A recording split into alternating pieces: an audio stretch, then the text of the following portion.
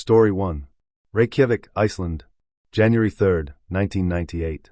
The wind howled a relentless lament against the sturdy, triple-glazed windows of my small apartment, a mournful serenade that had become the soundtrack to my existence since the darkest days of winter descended upon us. Outside, the world was a canvas of deep, unyielding blue-black, only occasionally punctuated by the ghostly swirl of a fresh blizzard. The calendar on the wall, crisp and white, declared the new year had barely begun, yet it felt as though an eternity had passed since the last sliver of golden light had graced the horizon. I was alone, as I often was, amidst the comforting clutter of books, worn sweaters, and the faint, persistent scent of brewing coffee.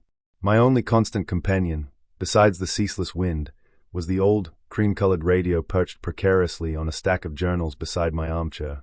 It was a relic, a sturdy contraption of plastic and metal that hummed with a low, reassuring thrum when powered on. Most nights, it served as a gentle background hum, a distant anchor to the world beyond my insulated walls.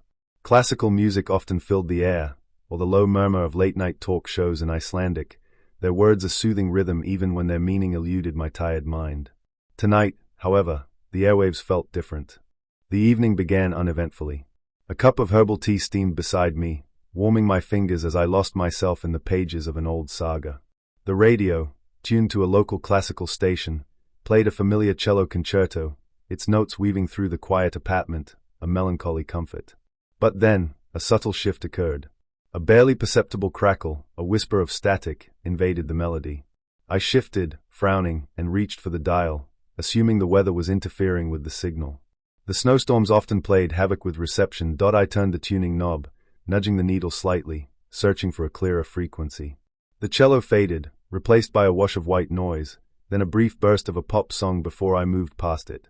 The static persisted, a persistent hiss, like sand blowing across a frozen plain. I sighed, settling back, deciding to endure it. Sometimes, the air itself seemed to resist the passage of sound.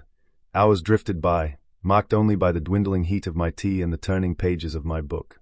The music had returned, but the static remained, a thin veil over the notes. It was then that I first noticed it. A sound, faint at first, like a breath caught on the wind, threaded through the hiss. It was so fleeting, so elusive, that I dismissed it as a trick of the ear, a product of my own encroaching fatigue. I rubbed my eyes, the lamp casting long, dancing shadows across the room as the wind outside momentarily intensified its shriek. I listened more intently, my book forgotten in my lap.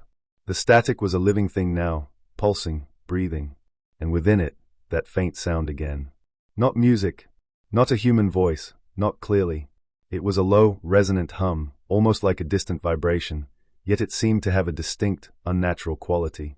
It was too regular to be interference, too persistent to be random. A shiver, unrelated to the cold, traced its way down my spine. My fingers, strangely numb, reached for the radio again. This time, I didn't seek a clearer signal. Instead, I began to sweep the dial slowly, methodically, through the empty frequencies, the ones typically devoid of anything but the roar of the airwaves. Past the faint broadcasts of distant ships, past the garbled fragments of foreign tongues, I searched.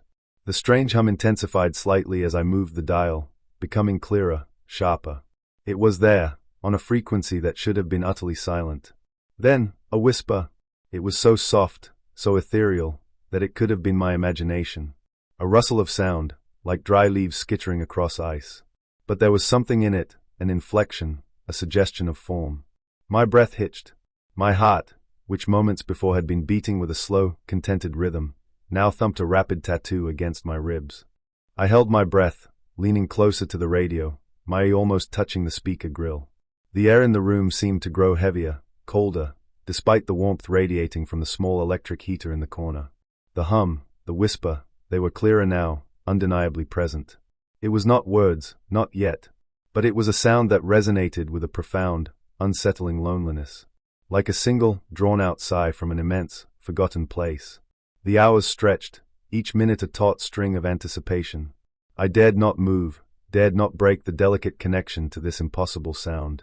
The hum continued, unwavering, a deep, underlying current. And the whispers, slowly, painstakingly, began to coalesce. They were still not words I could understand, but they possessed a distinct, rhythmic quality. A low, guttural murmur, interspersed with sudden, sharp intakes of breath, like a creature gasping for air in a suffocating void. My mind, normally so rational, began to grasp at explanations. A prank, some obscure pirate radio station. But the quality of the sound, its sheer otherworldliness, defied such mundane answers. It felt ancient, primordial, a voice from a time before language, before consciousness. My skin prickled with goosebumps, and the small hairs on my arms stood on end.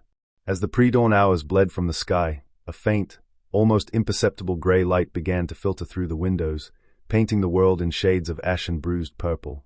The blizzard had subsided, leaving behind a pristine, untouched blanket of snow, silent and still. The silence outside only amplified the sound from the radio, which now seemed to fill the entire apartment, pressing in on me from all sides. The whispers evolved. They were still not coherent, but their emotional texture was unmistakable. They were laden with sorrow, with a vast and aching despair. Then, threaded through the despair, a flicker of something else. Something predatory. My throat tightened, and I found myself involuntarily shrinking back into the armchair, as if the radio itself were a gaping maw, ready to consume me. My eyes scanned the familiar objects in the room, the overflowing bookshelves, the chipped ceramic mug, the faded patterns on the rug. They offered no comfort, no anchor to reality. Everything felt distorted, seen through a veil of growing terror. The air was thick with it, the cold seeping into my very bones. Suddenly, a shift. The hum deepened, vibrating through the floorboards, through my very teeth. The whispers ceased, replaced by a single, elongated note. It was a sound that was both high and low, a dissonant chord that resonated with an unbearable intensity. It was the sound of something tearing, something breaking. And then, a word. It was not in Icelandic. It was not in any language I knew. Yet, somehow, in the deepest, most primal part of my being, I understood it. It was a single, resonant syllable, a command, or perhaps a lament. It echoed in the small space, reverberating off the walls, through the furniture, into the very marrow of my bones. My heart hammered against my ribs, a trapped bird desperate to escape. I wanted to move. I wanted to turn off the radio, to rip the cord from the wall, to silence the impossible sound. But my limbs were frozen, heavy, bound by an invisible force.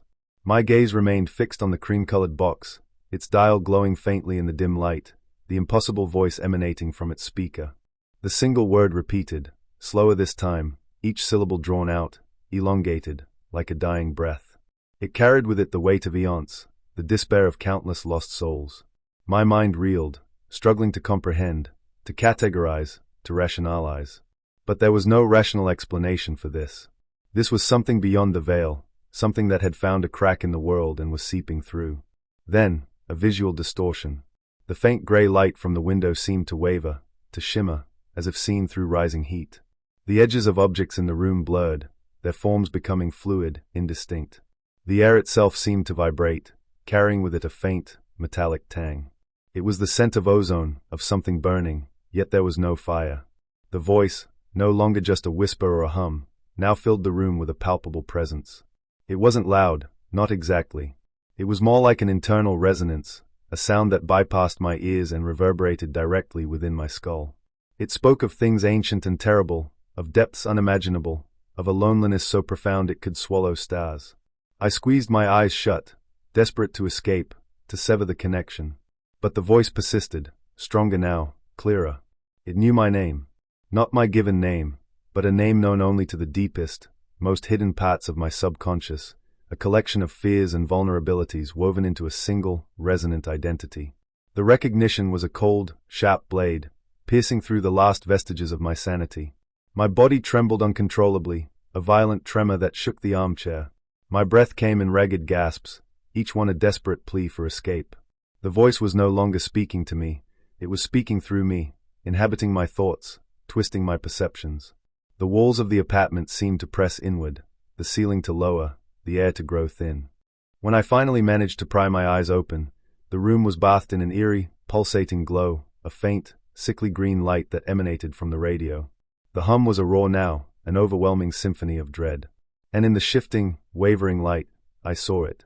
Not a figure, not a shape, but a ripple in the air above the radio, a distortion of space itself, as if the very fabric of reality was being stretched thin. The voice intensified, reaching a crescendo of sorrow and ancient power. It was no longer a voice in the radio. It was the radio. It was the room. It was the air itself. It was everywhere. My hands flew to my ears, pressing hard, trying to shut it out, but it was inside me now, a parasitic presence, burrowing into the deepest recesses of my mind. The green light pulsed brighter, then faded, taking with it the terrifying ripple in the air. The roar from the radio receded, replaced by the familiar static, then, faintly, the distant strains of classical music. The cello concerto. It was still playing. The room was still. The faint gray light of dawn filled the apartment, casting long, pale shadows. The wind outside had resumed its mournful lament. Everything was as it had been. Except for me. I sat there, frozen, unable to move, unable to think. My throat was raw, my eyes wide and unblinking, fixed on the innocuous cream-colored radio. It sat there, silent save for the music, a perfectly ordinary object. But I knew. I knew what it had contained. I knew what had passed through it. The silence that followed was not comforting. It was a silence filled with echoes, with the lingering presence of something unspeakable. The air in the room still felt heavy, still held that faint, metallic tang. And beneath the surface of my consciousness, a faint, persistent hum resonated, a silent vibration that I knew, with a certainty that chilled me to the bone, would never truly leave. The voice in the radio was gone, but it had left its indelible mark, a horrifying whisper carried on the wind, forever echoing in the quiet chambers of my mind. Story 2. The biting wind of January 5, 1998, scoured the ancient stones of Sigasora, cutting through my thick wool coat as if it were made gauze. Snow, ancient and unforgiving, lay draped over every peak and valley of the Transylvanian town, silencing the usual echoes of life. The cobbled streets, slick with ice, felt like a labyrinth designed to disorient, each turn leading deeper into a forgotten past. I had come seeking just that, the forgotten, the unseen, the whispers of history that eluded the glossy tourist brochures. A profound isolation settled upon me, a heavy cloak woven from the frigid air and the hushed reverence of the snow-covered architecture. My breath plumed before me, a fleeting ghost in the twilight that clung stubbornly to the narrow alleys. The vibrant medieval hues of the clock tower and the sturdy facades of the old houses faded into a monochromatic palette of grays and whites, stark against the deepening indigo sky. I walked without a specific destination, drawn by an inexplicable pull towards the quieter fringes of the citadel, away from the sparse cluster of lamplit windows and the distant, muffled sound of a distant church bell. It was a pilgrimage of solitude, a descent into the profound quietude that only a truly old place, frozen in winter's grip, could offer. Beyond the last familiar bastion of the fortified walls, where the last faint glow of the town's sparse electric lights struggled to penetrate, the path narrowed. It became less a path and more a suggestion, a faint indentation in the untrampled snow that hugged the gnarled roots of ancient, skeletal trees. The air grew perceptibly colder, sharper, as if draining the last vestiges of warmth from my bones. A prickle of unease, both exhilarating and unnerving, traced its way up my spine. This was the territory I sought, the untamed edge, the liminal space where the known surrendered to the unknown. Then, through a sudden break in the dense, snow-laden firs, it appeared. Not a grand, imposing structure, but something far more unsettling in its dereliction. A church, undoubtedly, but one that seemed to have been swallowed whole by the earth, only to be partially regurgitated. Its roof, once steep and protective, now sagged in the middle like a broken spine, allowing drifts of snow to pile within. The single bell tower, devoid of its bell, stood as a skeletal finger pointing towards the bruised twilight sky. Windows, long since shattered, stared out like vacant eyes, dark and hollow. No path led directly to its entrance. Instead, a choked tangle of thorny bushes, skeletal in winter, clawed at its weathered stone walls. A shiver, not entirely from the cold, ran through me. It was a sense of profound abandonment, of something once sacred left to rot. Yet, beneath the decay, an insistent whisper seemed to call to me.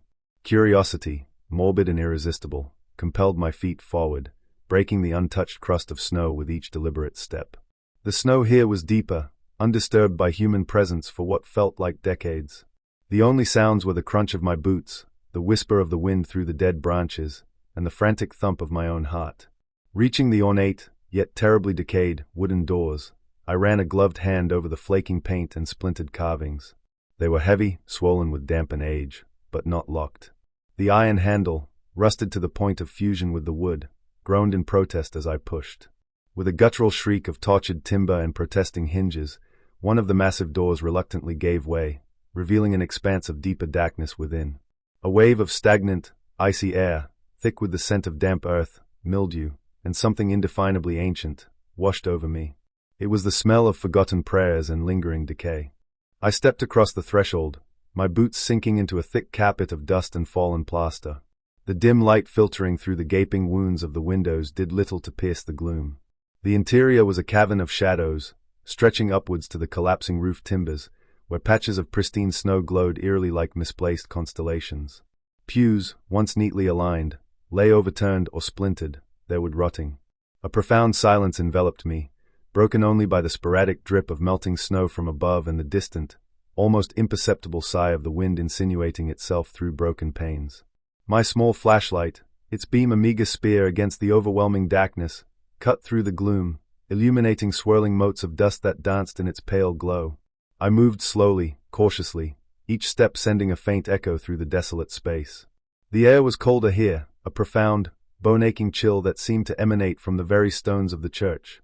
I found what might have been the altar, now a shattered slab of stone, draped in cobwebs as thick as ancient lace. On the floor nearby, a single, beeswax candle, remarkably preserved, lay nestled in a pool of dust. A faint, almost imperceptible tremor passed through the floorboards beneath my feet. I paused, listening intently, but heard nothing beyond the drumming of my own blood in my ears. It was probably just the building settling, or a gust of wind I hadn't noticed. Further into the nave, a sense of something being off began to coalesce. A gust of wind, stronger than any before, snaked through the ruined windows, yet the small, flickering flame of my flashlight, held steady in my trembling hand, suddenly dipped and guttered, as if breathed upon. My heart gave a little lurch. I tightened my grip, telling myself it was a fluke, a trick of the air currents in such a desolate space. But the faint whisper that followed, just at the edge of audibility, sounded too much like a sigh to be merely the wind. It was gone as quickly as it came, leaving only the oppressive silence in its wake. I continued my slow exploration, drawn by a deep shadow beneath what remained of the pulpit. It was a set of narrow, stone steps, half obscured by debris, leading downwards into an even deeper darkness. A crypt, perhaps, or a forgotten cellar. The chill intensified as I descended, the air growing heavy, thick with a palpable presence. Each step creaked ominously under my weight, the sound amplified by the suffocating quiet. My flashlight beam danced ahead, revealing rough-hewn walls of ancient stone, slick with condensation. The smell of damp earth and something else, something metallic and sweet, like old blood and decaying flowers, permeated the air. At the bottom, the steps opened into a small, circular chamber. The air here was utterly still, devoid of even the faintest draft.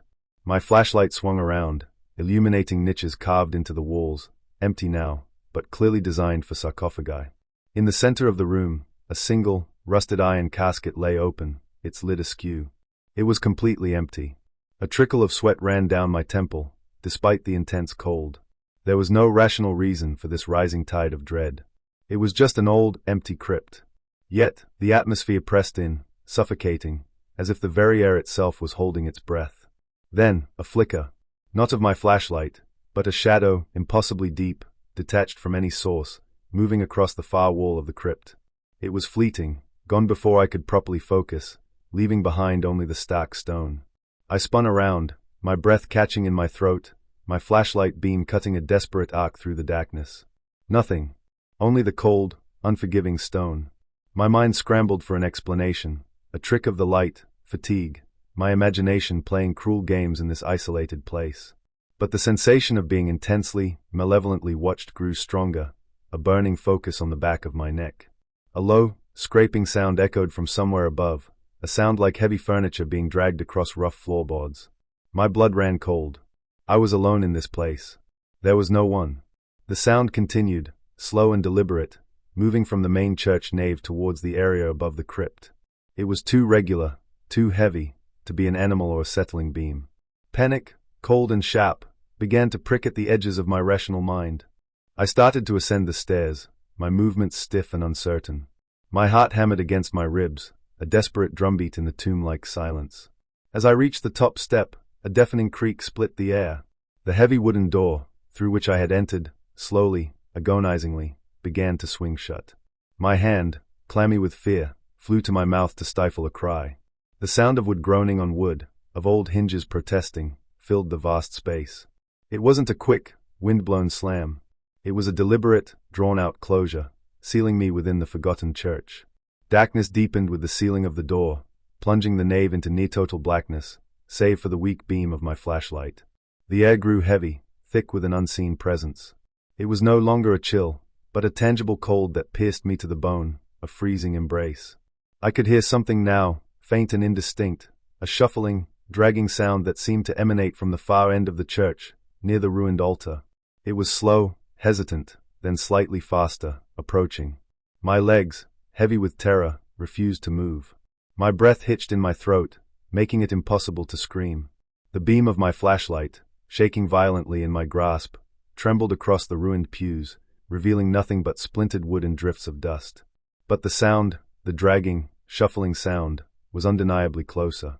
It was punctuated by faint, rhythmic thuds, like something heavy being dropped, then dragged again. A sudden, sharp drop in temperature enveloped me, as if an Arctic current had suddenly materialized around me. The small hairs on my arms stood on end. My skin prickled with an otherworldly chill. A sensation, like a breath, cold and stale, ghosted across my cheek. Then, a profound, crushing weight settled upon my chest, pressing the air from my lungs. I felt as though I was sinking into the floor, rooted in place by an invisible force. The flashlight beam, still trembling, caught something in the periphery of my vision, at the very edge of the altar. A shape. It was indistinct, shimmering at the boundary of light and shadow, yet undeniably there. Taller than a man, slender to the point of emaciation, it seemed woven from the very darkness of the church. It didn't move in a fluid way, rather, it seemed to shudder into existence, a ripple in the fabric of the gloom. No features were discernible, only the overwhelming impression of profound age and bottomless sorrow. It was a silent, looming sentinel, its presence radiating an unbearable cold, a vast, ancient despair that threatened to consume me whole. The oppressive weight on my chest intensified, making it impossible to draw a full breath. My vision blurred at the edges, the world narrowing to that horrifying, indistinct form at the altar. I could feel its gaze, a burning, ancient focus, even though no eyes were visible. It was a presence that had waited, perhaps for centuries, in the forgotten corners of this decaying church, and now, I was its singular focus. The air grew thick, suffocatingly so, with the smell of old dust and something else, something cloying and sweet, like wilting lilies on a forgotten grave. A sound, not of the church, but internal, screamed in my mind, "Run."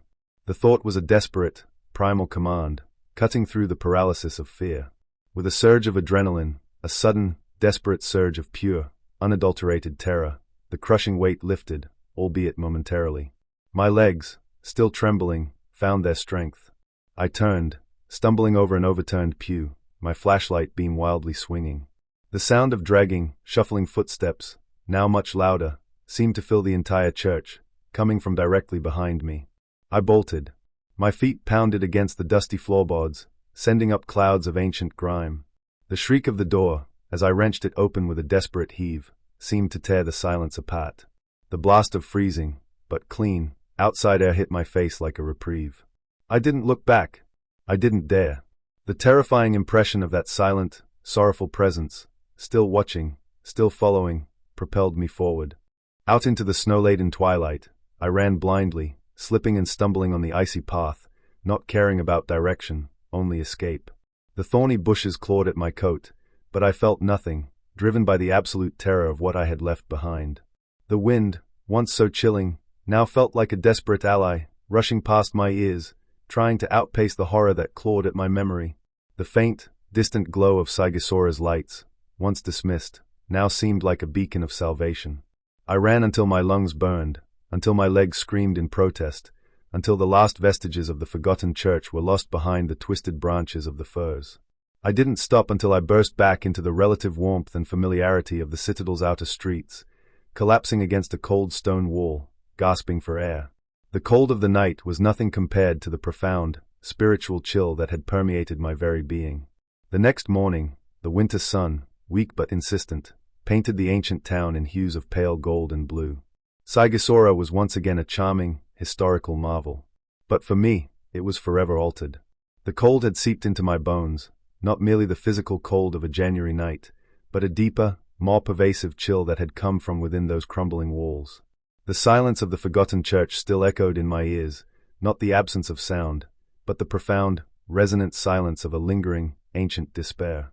I left Saigisora that day, carrying with me not only the memories of its medieval charm, but also the indelible imprint of a terror that had slowly, deliberately, and without a single word, unfolded in the heart of its forgotten darkness. The church, I knew, would remain, waiting in the snow, for another solitary soul to be drawn into its silent, chilling embrace.